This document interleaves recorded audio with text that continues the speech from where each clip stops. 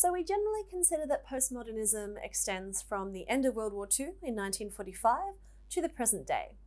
Postmodernism is critical of history and traditions and of the West's domination of other cultures. World War II helped to foster the idea that one cannot have an objectively superior lifestyle or belief. So what happens is when everyone goes to war, cultures mix and interact with each other, and they realize that there isn't just one way of thought, like Western linear thought, but there are actually lots of different ways of thought and lots of different ways of living. So in a way, World War II helped people to see themselves as just one little part of a very large world. So what this means is that rationality is not as certain or as clear as modernists believed. So the modernists had to give up the idea of just oneself because they had the subconscious.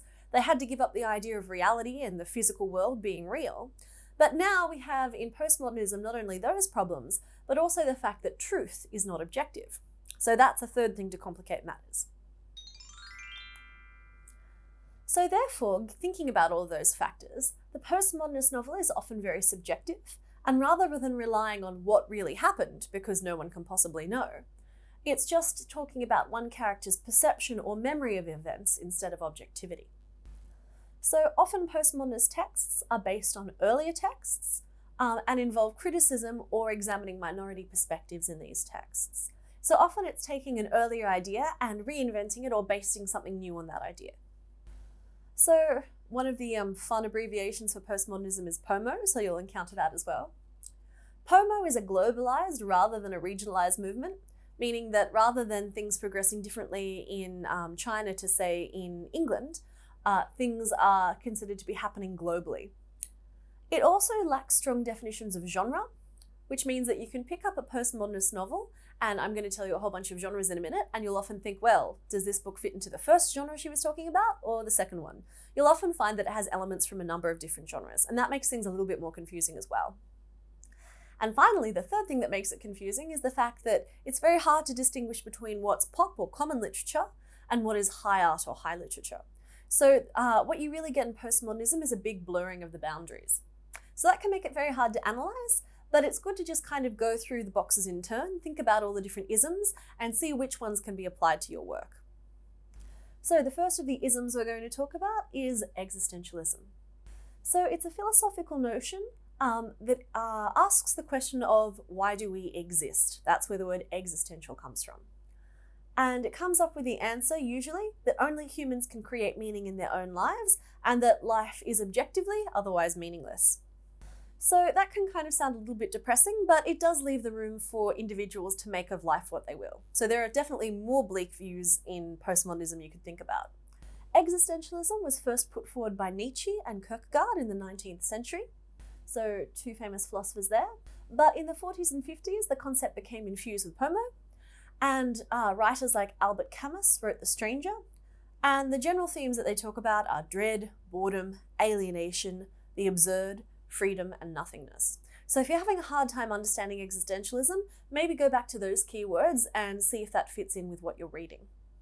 So you'll often find that existentialism affects all postmodernist books to a certain extent, and often the films as well, but it might not be an entire book based on existentialism. There'll be other factors as well. So now we're going to move on to talk about absurdism, which is similar but not the same to existentialism. Basically, absurdism views the universe as strange, disordered, ridiculous, and pretty much indifferent to the struggle of humans. So therefore, meaning is not provided by any sort of natural order given by the physical world, but by human individualism, actions, and interpretations. So like existentialism, it's up to us to figure out what's going on. But key factors of absurdism are the deliberate confusion of language between two characters. So one character might ask a question and the other person mishears it and then gives a completely different answer. And so there's a sense that they're both carrying on their own individual conversations, but not really communicating to one another. There's also the tendency of characters to hop in and out of roles prescribed to them by society, and sometimes even to make fun of the text that they're in. So if you're watching a play with two absurdist characters, you might find that the characters might pick up a script and read lines from a completely different play and then suddenly become a different character. So it really thinks a lot about whether or not someone's questioning the roles in life that they have or whether they're just going along with the flow. And unfortunately for absurdist characters, going along with the flow usually means you get killed. So that is the bad idea. So some things that are absurdist you might want to view. The stage play Waiting for Godot by Samuel Beckett is a really good example. It's basically a story about two hobos who are waiting for this guy called Godot to show up. And we kind of get the idea that they can't do anything because they're busy waiting for Godot. So Godot is going to provide their life with whatever meaning it is. But they wait and wait and wait, and Godot never comes. So the idea is that Godot is supposed to be representative of God, and it's looking at the idea that people who use religion to answer every problem they have probably aren't going to get very deep answers.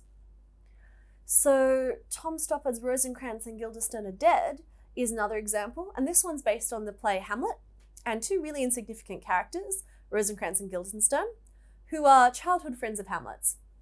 And they don't really have a big part in the original play Hamlet, but every time they are off stage in the original play, they are on stage in Rosencrantz and Guildenstern. So you get to see them wandering around, trying to figure out why they're there, why they've been summoned to the court, what should they be doing to try and help Hamlet.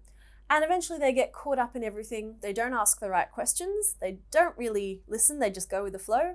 And of course, they get executed. That's what always happens in an absurdist novel when people don't try to understand what's going on. A kind of more depressing version of all these isms is nihilism. So again, similar to existentialism, but a little bit worse. Nihilists believe in nothing and argue that the world is without any sort of objective meaning or essential value. So without any system of meaning, no action can be preferential to any other. So basically what nihilists believe is that reaching down and patting a puppy dog is exactly the same as picking up a rock and beating it to death. So they don't see any kind of moral value or moral judgment, everything just is. There's no meaning attached to it. So understandably then, nihilist fiction includes cruelty, anarchy, bleakness, and generally a lot of meaningless violence. Nihilist films are often, just to increase the whole emo, sad tone, often shot in black and white as well. So you'll often sit through a nihilist film and there's a lot of silence, a lot of sharp contrast, a lot of things that make it uncomfortable or unpleasant to watch. So I'm going to look a little bit at the art movements that are involved in Pomo now. So pop art is probably the big influence of the postmodernist movement. It's a visual art style that emerged in the 1950s, which uses themes and techniques drawn directly from pop culture. So it's things like advertising and comic books that affect it. It's basically an anti-consumerist statement. So if art reflects lives, and our lives are pretty much shallow, our art should be shallow as well. So basically, if we worship money and that's what all of our culture is about, why not put advertising on the walls? Why not hang up a barcode and frame it? So that's basically the idea that pop art tries to give you. It generally tries to make you feel uncomfortable about consuming objects as well. So rather than showing something as shiny and new and pretty, it'll show it as being like old and soiled and dirty and kind of floppy looking.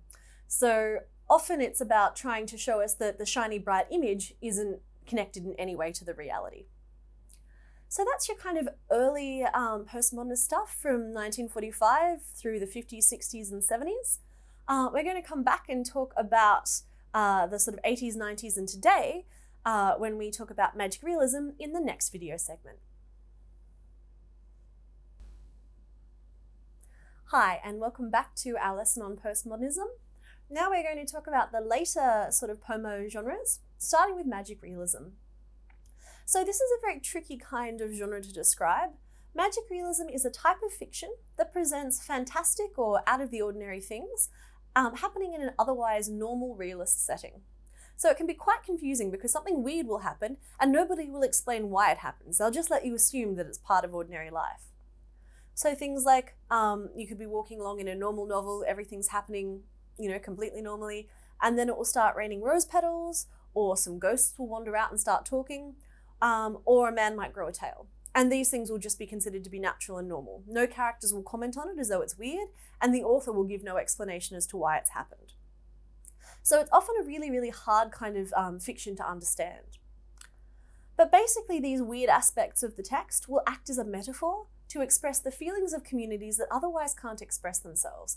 So often they're under strain or maybe under some sort of dictatorship or authoritarian rule. So you'll be surprised about exactly how often magic realism is a very popular literature in places where people don't have freedom of speech. It's very common. So the most famous example of magic realism is probably 100 Years of Solitude by Gabriel Garcia Marquez, which basically follows one mythical family through the bloody eras of South American history.